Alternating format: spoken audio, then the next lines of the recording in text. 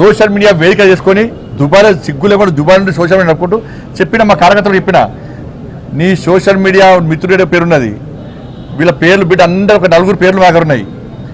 మాకు వ్యతిరేకంగా మా పార్టీకి వ్యతిరేకంగా కాంగ్రెస్ పార్టీ వాళ్ళు అంటే భరిస్తారు. వాళ్ళు రాహుల్ గాంధీ తిట్ట భరిస్తారు, ముఖ్యమంత్రిని హరే అవలోన భరిస్తారు, వాళ్ళ పార్టీని తిట్ట భరిస్తారు. చాలా వాళ్ళు కాంగ్రెస్ వాళ్ళు.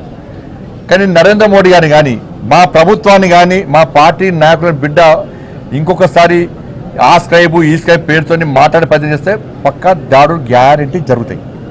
పక్క నేను హోమ్ మినిస్టర్కి చెప్పొద్దు, కానీ నీ అరాచకం పెరిగిపోతుంది.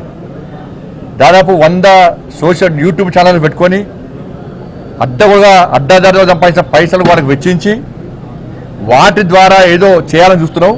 ఏం కాదు, దాంతో చేస్తున్నావు. అధికారికి వచ్చినావా? ఉన్న సీట్లు వీకినాయి. నేను కార్యకర్తలు కూడా చెప్తున్నాను, ఈ కేసీఆర్ కొడుకు యూట్యూబ్ ఛానల్ వేదికగా ఇబ్బంది తప్పుడు వ్యాఖ్యలు చేస్తున్నాడు, తప్పుడు ప్రచారం చేస్తున్నాడు. ఎక్కడికక్కడ అడ్డుకోని దొరికిన అడ్డుకోని చలో కేసులు అయితే కేసులు అని. అరే మోడీ గారు మీకు సౌండ్ వ్యాఖ్యలు చేస్తారు. హోమ్ మినిస్టర్ చెప్పొద్దు నేను, కానీ నువ్వు నీ హద్దు మీరిపోతున్నావు.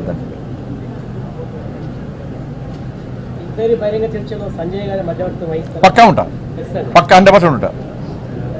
కరీంనగర్ వేదిక రెడీ, నేను వేదిక ఏర్పాటు నేను కేసీఆర్ కొడుకు చెప్తాను, పక్క చెప్తాను. నేను చెప్తున్నా సీఎం రమేష్ గారు రమ్మంటా. నేను సీసీ ఫుటేజ్తో సహా 10 సంవత్సరాల నుంచి కాంట్రాక్టర్తో సహా నువ్వు చంపిన కమిషన్లతో సహా నువ్వు పాల్పడ్డ అవినీతితో సహా అన్నీ తీసుకొని ఆయన వస్తాను రెడీ ఉన్నాడు. నువ్వు ఎప్పుడొస్తావో టైము డేట్ ఫిక్స్ అయ్యి నువ్వు మళ్ళీ దీన్ని తప్పించి ప్రజల దృష్టి మళ్లించడానికి మీడియా అటెన్షన్ డైవర్ట్ చేయడానికి నువ్వు మళ్ళీ వేరే పెడితే నేను పబ్లిక్ క్షమించాను.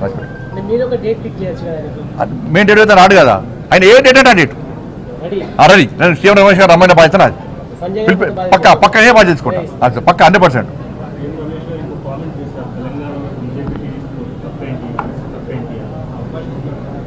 అన్న భారతీయ జనతా పార్టీ ఇప్పుడు ముడదానికి గిదే మీరు చేసిరన్న ముడదానికి ఏం చేశారు? బీఆర్ఎస్ బీజేపీ ఒకటి కుంభం వచ్చారు. మా బీఆర్ఎస్ బీజేపీ ఒకటి కుంభం. ఇవాళ వాస్తవం బయటపడలేదు కదా.